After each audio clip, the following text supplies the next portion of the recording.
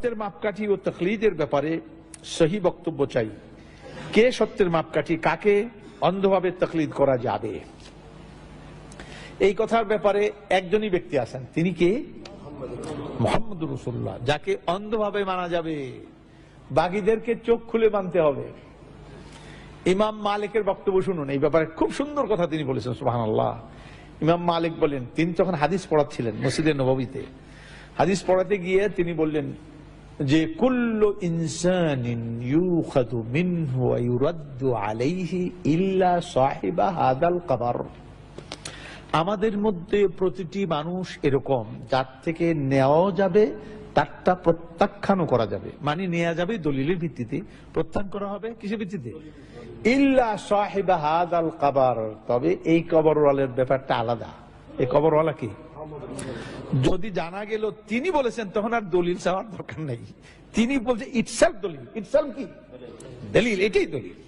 সুতরাং তিনি বললে আর এখানে কোন রকম প্রশ্ন উঠা যাবে না। চশমে মা রোশন দিলে মা সাদ আল্লাহ রাসূল আইন, মাথা পেতে নিতে হবে, অন্তর দিয়ে গ্রহণ করতে হবে।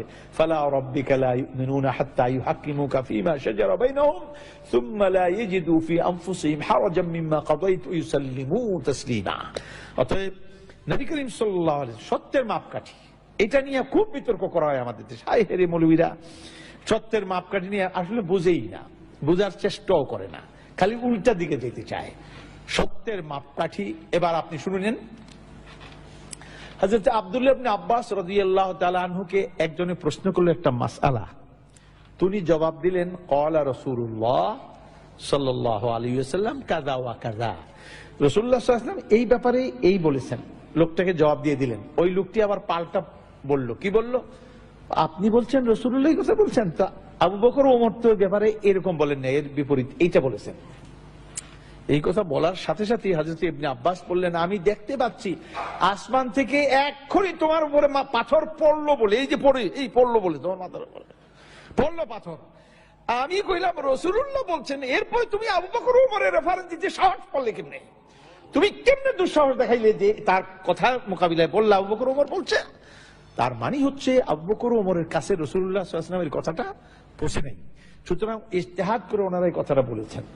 ওনার কাছে এই রায়টা জানেন না ওনারা, কিন্তু কার কাছে জানা আছে? হযরতে ইবনে আব্বাসের কাছে জানা আছে বলে তিনি ইজতিহাদে না গিয়ে কি করছেন? রাসূলুল্লাহ সাল্লাল্লাহু আলাইহি ওয়াসাল্লামের কথা বলেছেন। এখন কাবা শরীফের মধ্যে ঢোকার পরে কিবলা তালাশ করণটা জায়েজ নেই, জায়েজ হবে? যদি আপনি মনে করেন যে যদি কোন দিকে কিবলা কোন দিকে, তাহলে তো কাবাও চেনেন না, কিবলাও চেনেন না। আলহামদুলিল্লাহ আমি কাবা শরীফে ঢুকছি, তো কাবা শরীফ ঢুকার পরে এখন তো কিবলা চারিপাশে আমার ঘেরাও করছে। এখন খালি যেদিকে পারছি দূরে কাত দূরে কাত দূরে কাত দূরে কাত খালি মারতেছে ঘুরে ঘুরে, কারণ এখন কিবলা যেদিকে ইচ্ছা সেদিকে কিবলা, কিবলার মধ্যে ঢুকে পড়ছি। তো এখন নবী করিম সাল্লাল্লাহু আলাইহি ওয়াসাল্লামের কথা যখন জানা গেল তার মতে, এরপরে আবার কিবলা তালাশ করা, আবু বকর ওমর বলছে এই কথা কইতে সাহস করলা কেমনে তুমি? তাহলে অন্ধভাবে কাকে মানতে হবে? এবং ওমর রাদিয়াল্লাহু তাআলা আনহু যে বললেন, তিনি যে বললেন তাকে মাপকাঠি বানাবেন না আপনারা। ওই মৌলবীরা কয় যে সাহাবায়ে কেরাম মাপকাঠি, তো ঠিক আছে সাহাবায়ে কেরাম মাপকাঠি। ওমর রাদিয়াল্লাহু তাআলা যখন ও মহিলা চ্যালেঞ্জ করলো, কিভাবে মাপকাঠিতে চ্যালেঞ্জ করা যায়? কি ভাই, মহিলা কিভাবে বললো যে আপনি তো কইলেন এই কথা দেনমোহর কম করতে, কিন্তু আল্লাহ কয় এটা, আপনি এটা কি কইলেন? হযরত ওমর কি নিজের কথা স্ট্রিক করলেন না কোথায় চলে গেলেন?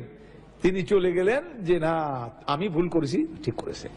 যে ভুল করেছে মাপকাঠি হতে পারে? যে ভুল করে মাপকাঠি হয়? মাপকাঠি হয় না। তাদের দলিল আছে একটা, তারা একটা দলিল দিয়ে কি কয় শুনুন, দলিলটা আলোচনা না করলে আবার আপনারা শুনিয়ে কইবেন যে দলিল তো দিছে।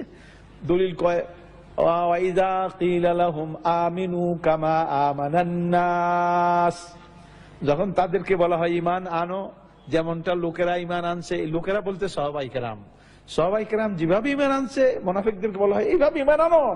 তাহলে সাহাবায়ে কেরাম ঈমানটা কি হয়ে গেল?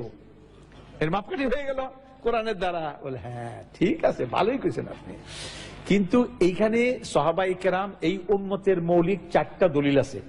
একটা দলিল, এর মধ্যে 2টা হলো একবারে মৌলিক, আর পরের 2টা আপেক্ষিক। একটা হলো কোরআন, একটা হলো সুন্নাহ, এরপরে ইজমা, এরপরে কিয়াস ইজতিহাদ। তাহলে এখানে কোরআন সুন্নাহর পরে যেটা ইজমা, ইজমা কাদের? এই ইজমা নিয়ে বহস অনেক হয়েছে। ইজমা যেই বহসটা আমার কাছে গ্রহণযোগ্য হয়েছে সাহাবায়ে কেরামের ইজমা, কারণ পরবর্তী পর্যায়ে আহলে ইলম ফুকাহারা একত্রিত হওয়ার কঠিন ব্যাপার, এরা ছড়িয়ে গেছেন সারা পৃথিবীতে ছড়িয়ে গেছেন। সাহাবাদের সময় রাসূল সাল্লাল্লাহু আলাইহি ওয়াসাল্লামকে কেন্দ্র করে সাহাবারা এক জায়গায় ছিলেন, তাদের ইজমা এই জন্য সাহাবারা তারা যখন ছড়িয়ে গেছিলেন তখন আর ইজমা হওয়ার ব্যাপার নাই। তখন বলা যাবে যে এই ব্যাপারে আমার জানা মতে আলেমদের মধ্যে কোনো দ্বিমত নাই, এটা বলা যাবে, কিন্তু ইজমার কথা বলা যাবে না। এই মতটা আমার কাছে গ্রহণযোগ্য। তো ইজমায়ে সাহাবা, তাহলে এখানে সাহাবাদের ইজতিমাই ব্যাপারটাকে বলা হয়েছে, ওয়াইদা কিলা লাহুম আমিনু কামা আমানান নাস। তো সাহাবাদের ইজতিমাই ব্যাপারের কথা বলা হয়েছে, এটা আমরা দলিল হিসাবে মানি, সেটা হলো ইজমা। সেটা কি? কিন্তু ব্যক্তি সাহাবা তিনি মাপকাঠি হতে পারেন না, চক্ষু বন্ধ করে তাকে মানা যাবে না। তারা সাহাবারও একজন আরেকজনকে এভাবে মানেননি, পরবর্তী পর্যায়ে তারা চক্ষু বন্ধ করে মানেননি। অতএব এই আয়াতের তারা ভুল ব্যাখ্যা করছে। আসল ব্যাখ্যা যেটা আমি বললাম, এটা ইজমাই ফায়সালা, এই ফায়সালার ব্যাপারে এটা ইজতিমার কথা বলা হয়েছে, কামা আমানান নাস। ঠিক আছে, আলহামদুলিল্লাহ। তারপরে তাকলিদের ব্যাপার, আর বাকি তাকলিদ গুলো যেটা আপনারা করবেন, চক্ষু খুলেই তাকলিদ করতে হবে, চক্ষু বন্ধ করে নয়। আমরা আলহামদুলিল্লাহ আমরা তাকলিদ করি, কিন্তু তাকলিদ করি কিভাবে? আমরা তাকলিদ করি আমাদের উস্তাদেরও তাকলিদ করি, আমাদের শেখের তাকলিদ করি, আমাদের ইমামের তাকলিদ করি, কিন্তু সেটা চোখ খুলে করি, চক্ষু বন্ধ করে আমরা তাকলিদ করি না। মূল দলিলের প্রতি খেয়াল, কোরআন সুন্নাহ মোতাবেক কিনা, কিন্তু বললেই এটা আমরা করে ফেলবো এমন কোনো কথা নয়।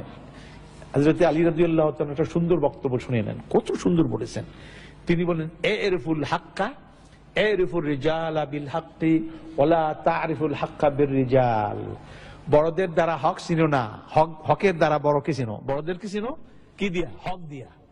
হক দিয়া, হক হইলো কোরআন সুন্নাহ, হক দিয়া বড়দেরকে চিনো। কিন্তু বড়দের দ্বারা বড়রা কইলেই হক হয়ে যায় না, কারণ বড়রাও ভুল করে।